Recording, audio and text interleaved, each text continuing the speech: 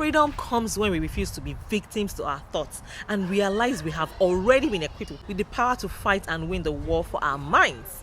In this video, I'll be sharing tips on how we can transform our emotions, our outlooks, and even our circumstances by taking control of our thoughts. Why you reacted in a with the notion that it's better to hide your feelings than to talk about them. Now, this is definitely one of the most destructive. End up making themselves more depressed, and instead, you should think of yourself as a strand to an axe.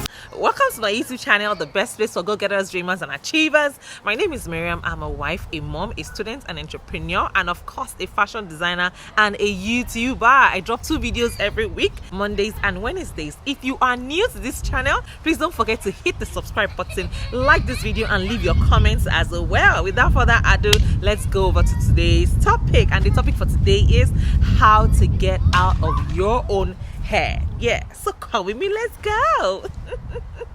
Let's go. But before we go, please let's get this video to 1,000 likes. Please don't forget to like this video, yes, so and leave your comments after watching. Now, a lot of people get stuck in their heads all of the time. Some of us more than others. Although it's lovely to ponder life and be inquisitive, but the problem is that majority of our thoughts are not so optimistic.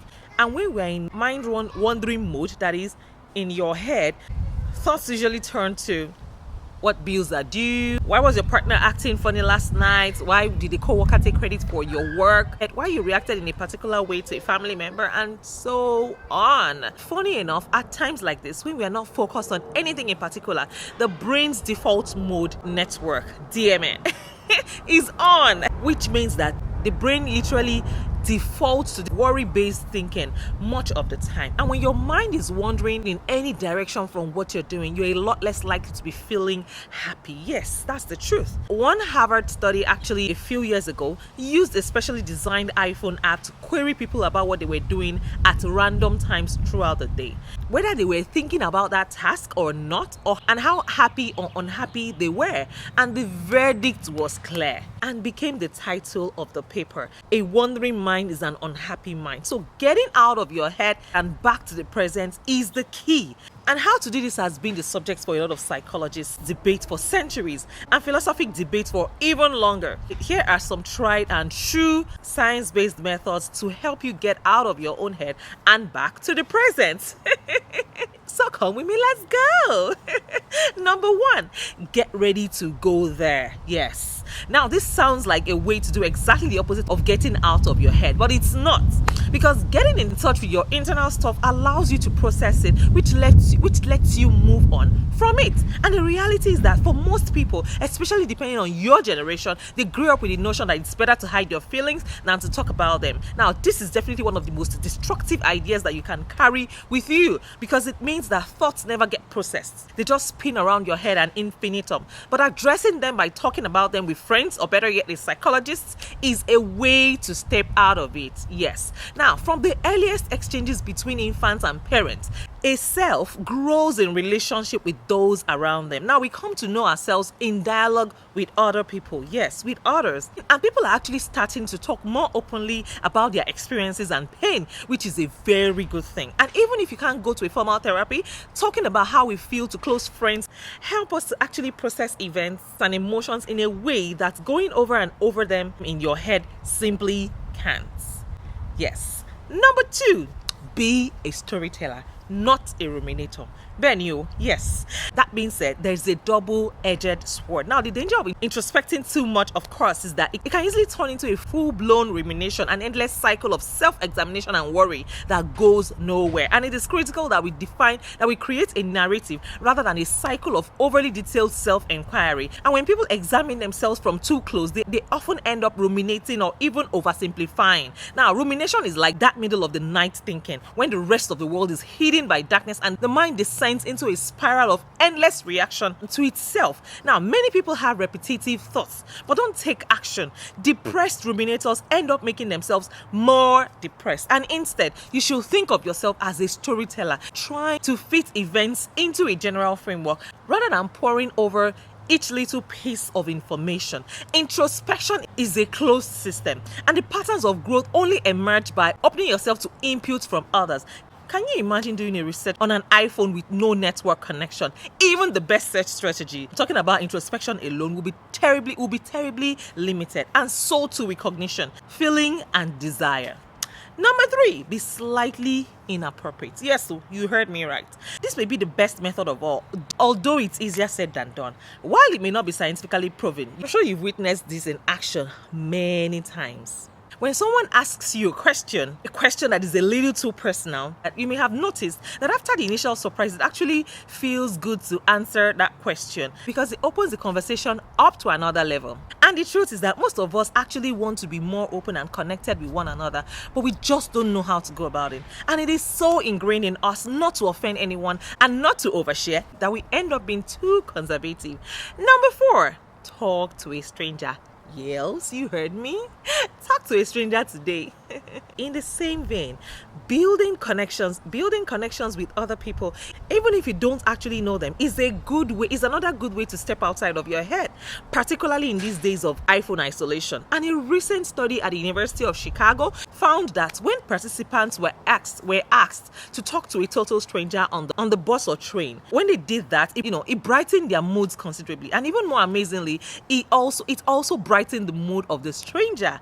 Guess what? This is because we really want to connect with one another, even with strangers, but we're just not sure if they want to, and it turns out they actually want to connect as well. Yes, strangers also want to connect. Okay, let me just give an example. It's like, wow, we have 2 packs of this now. Are you serious? Okay, say for instance, here to shoot. Let's take for instance, I'm here to shoot, and there's someone sitting right beside me, maybe just wandering in the, in the thin air, wondering about nothing. And I say, hey, how you doing? And they say, oh, I'm fine, thank you. And I say, guess what somebody did today? Trust me, the person will be eager. No matter how bored or how dry, no matter how dry the person is, the person will want to hear more like, oh, what's this person trying to say, So talk to a stranger today. It's not big deal. Thank me later, or you come back to this video and leave your comments as well. Be quick one. So try overstepping the bounds just a little, not so much as not to freak the other person out, but enough to show that you're up to feeling a little more connected. Or talk to the guy next to you on the bus. It will certainly get you out of your head, not to mention brighten your day and his. Yes, so deactivate the me. Number 5, deactivate the me centers of the brain by meditating and praying. And there's almost no mental practice that has more research behind it than meditation and praying. Yes. Studies from Harvard, Yale, Princeton, UCLA, Stanford, and UMass, to name a few, are showing the effects of meditation on brain function and brain structure. But among its striking benefits, meditation seems to deactivate the me centers of the brain, areas that are active when we are having thoughts related to the self-referential thoughts. In fact, the medial prefrontal cortex is an area that is on when we are having these thoughts, and meditation has been shown to quiet the activity in this area of the brain. In fact, meditation has been shown to help treat other related mental issues like depression, addiction, anxiety, attention deficit disorders, as well as to improve concentration, attention, and cognitive performance. And so give it a try.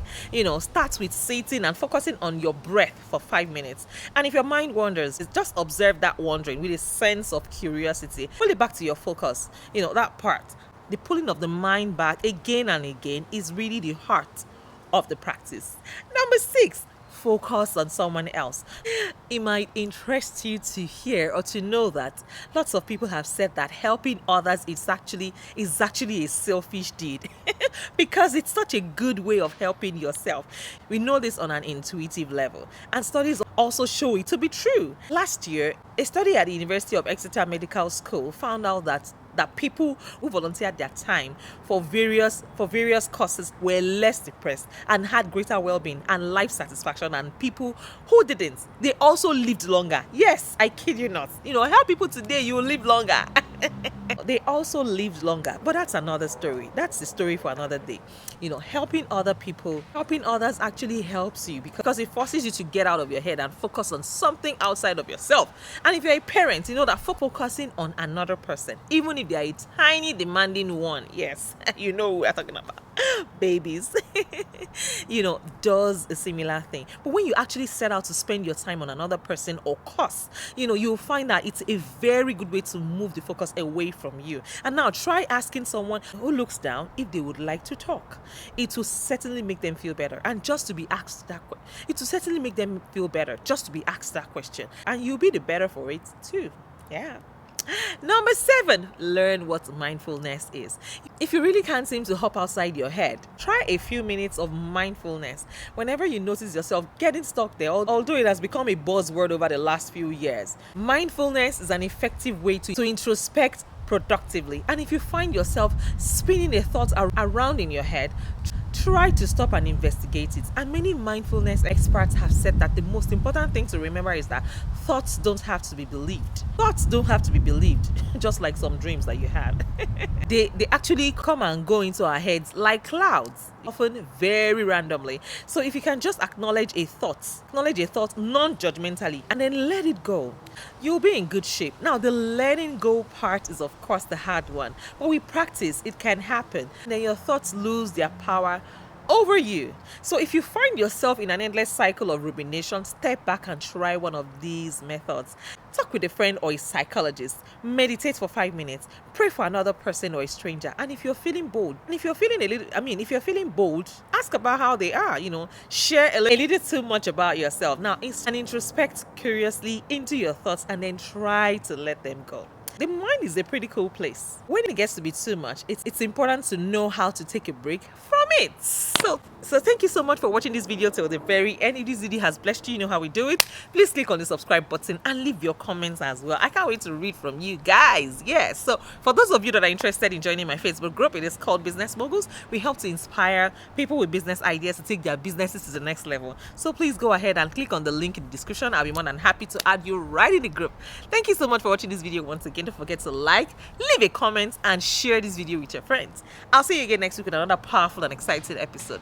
Till then, keep winning and keep shining. God bless you, everyone. Bye. Mwah. Bye-bye.